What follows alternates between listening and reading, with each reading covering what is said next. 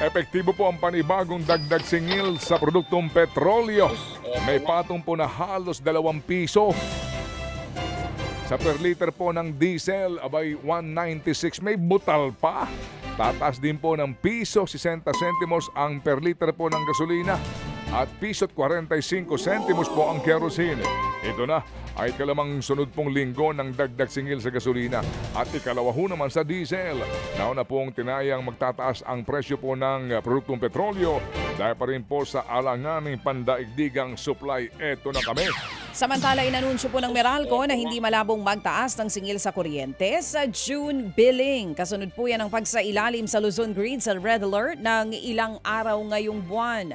Dahil pa rin po yan sa aberya sa transmission lines. Umabot po sa 32 pesos kada kilowatt hour ang presyo ng kuryente sa wholesale electricity spot market.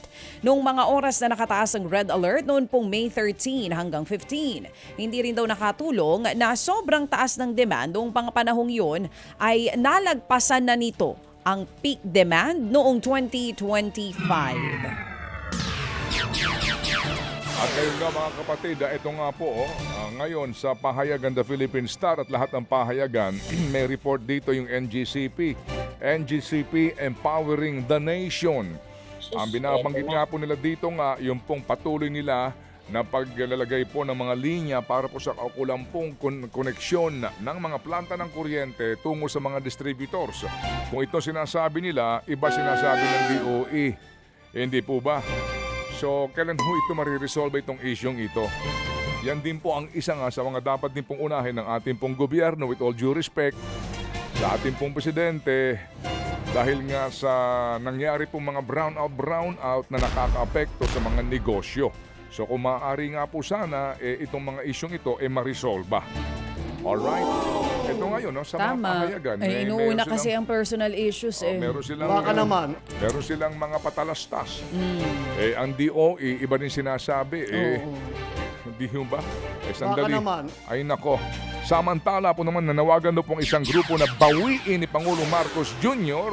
ang pagtaas nga po ng minimum access volume of MAF para po sa karneng baboy ngayong taon.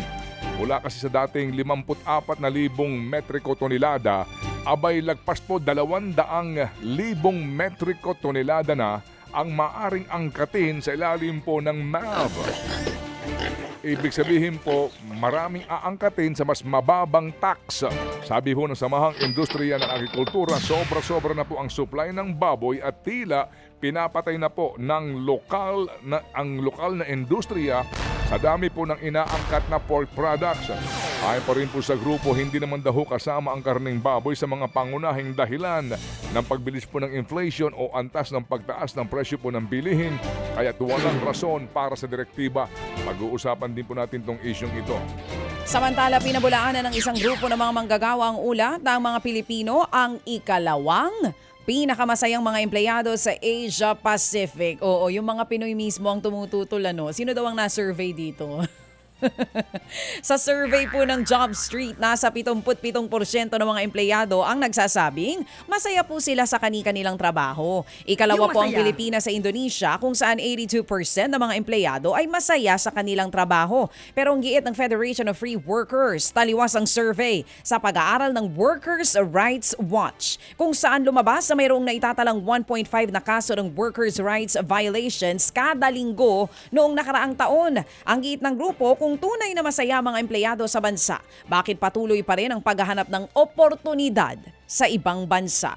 Mga kapatid, patuloy po kayong tumutok sa 105.9 True FM para sa totoong balita, impormasyon, music and entertainment. Mag-subscribe sa aming YouTube channel at podcast at sundan nyo kami sa Facebook, Instagram, X at TikTok sa True Network PH. Bisitahin din po ang aming official website, truefm.ph. At panoorin din kami sa True TV Signal, Channel 19. Kami po ang 105.9 True FM.